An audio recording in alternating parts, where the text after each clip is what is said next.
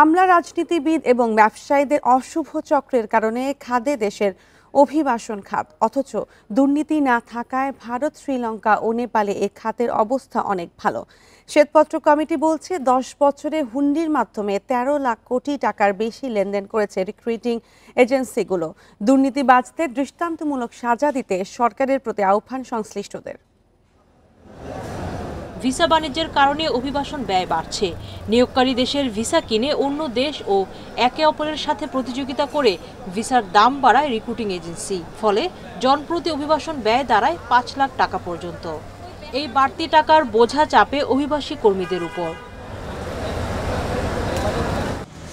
শ্বেতপত্রে বলা হয়েছে, জনপ্রতি 2 লাখ টাকা করে হিসেব করলে 10 বছরে পাচার হয়েছে 13 লাখ কোটি টাকার বেশি, যা কিনা উত্তরা থেকে মতিঝিল পর্যন্ত মেট্রো রেল নির্মাণ ব্যয়ের 4 গুণ।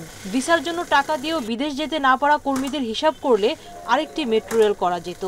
এই সেক্টরের দুর্নীতি কেন দূর করানো যায়নি?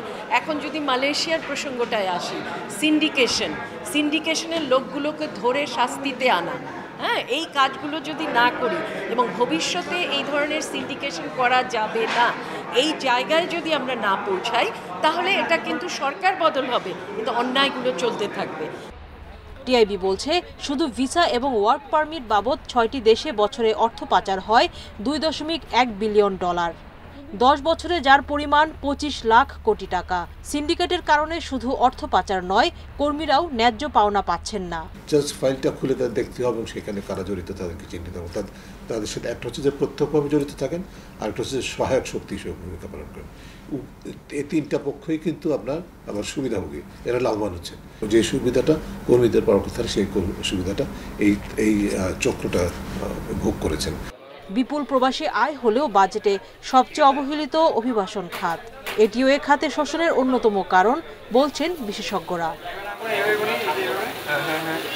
সুলতানা জাহান মিতু, ইন্ডিপেন্ডেন্ট নিউজ, ঢাকা।